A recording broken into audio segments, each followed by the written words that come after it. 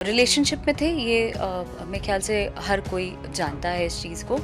तब हमारी जोड़ी थी जो कि वन ऑफ द बेस्ट जोड़ी कहा जाता था, पॉपुलर जोड़ी थी और लोग पसंद करते थे, हम साथ में काम करते थे। उसके बाद ऐसा हुआ कि इनकी शादी हुई और रातों रात शादी हुई। तब मैं पटना में एक कमरे में बंद थी। मैं उस बारे में डिस्कस नहीं करना चाहूँगी, बट हाँ, उसके बाद क्या हुआ कि बीइंग अ गर्ल, जिस परिवेश से आई हूँ मैं, जो संस्कार है मेरा, वो हूँ तो बिहारी लड़की, तो वहाँ के घरों में ये नहीं सिखाया जाता है कि भाई कोई शादीशुदा आदमी है तो उसके साथ आप कंटिन्यू करिए या उनके साथ रहिए आप। तो मैंने जो देखा था, मैंने बोला कि अभी कोई लड़की उनके जीवन में आई है तो अब मुझे उनसे अलग हो जाना चाहिए। तो मैंने बैक स्टेप ले लिया। उस दौरान भी बहुत सी चीज़ें वायरल हुई कि उन्होंने हाथ उठाया मेरे पे वगैरह वगैरह। सिलवासा के एक होटल में माँ तुझे सलाम की शूटिंग चल रही थी। उन्होंने तब मैंने मुंह नहीं खोला क्योंकि मैं नहीं चाहती थी कि कहीं से भी हम लोग एक साथ ही काम करेंगे, यू नेवर नो कब चीज़ें सही हो जाए और हम लोग साथ में काम करने लगे या जो भी है।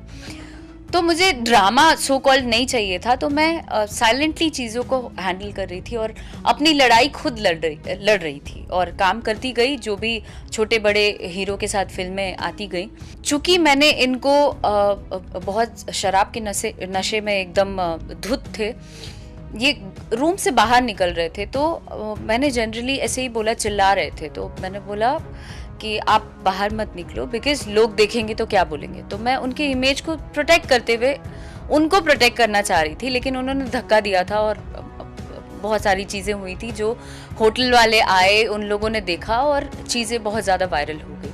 तब भी मैं चुप थी। उसके बाद मैं चुपचाप अपना काम करने लगी। फिर मैं गाने गाने लगी, गाने हिट होने लगे।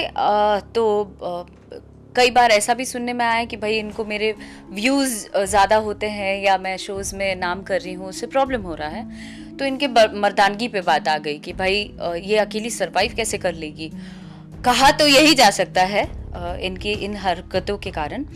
उसके बाद क्या किया इन्होंने, तब तक मैं चुप रही, मैंने कभी कुछ नहीं बोला, कुछ रिएक्ट नहीं किया। अब चीज़ें मेरे सर के ऊपर से जा रही हैं। अब मेंटली मुझे हैरेस किया जा रहा है, मेरे काम पे रोक लगाया जा रहा है। अब म्यूज़िक कंपनीज में कॉल कर के रोक लगा रहे हैं कि उसका गाना नहीं लेना है, ये वो। तो चीज़ें यहाँ छुपती नहीं हैं, कभी ना कभी तो पता चलेगा ना। मैं भी आर्टिस्ट हूँ, लोग भी जान रहे हैं कि भाई इस कंपनी से इसके गाने क्यों नहीं आए, जबकि हमेशा आते हैं। तो इसलिए मैं ओपन अप हुई कि भाई लोग अभी भी पीछे पड़े हैं, मुझे काम नहीं करने देना चाह रहे हैं।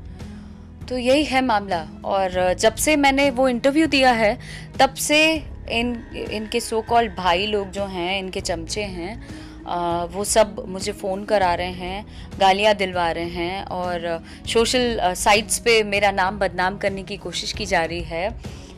तो इनको ऐसा लग रहा है कि मैं डर के सुसाइड कर लूँगी या मैं भाग जाऊँगी।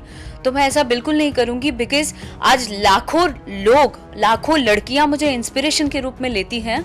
और वैसे में अगर मैं कायरता दिखाऊँगी, मैं पीछे भागती हूँ, पीछे हटती हूँ, तो लोग जो अपकमिंग जितने एक्टर्स हैं या एक्ट्रेसेस हैं, वो लोग भी डरेंगे। इवन इन लोगों की ऐसी हरकतों के कारण कितने नए स्टार्स को झेलना पड़ता है, चाहे वो लड़का हो चाहे लड़की हो, नए सिंगर्स झेलते हैं।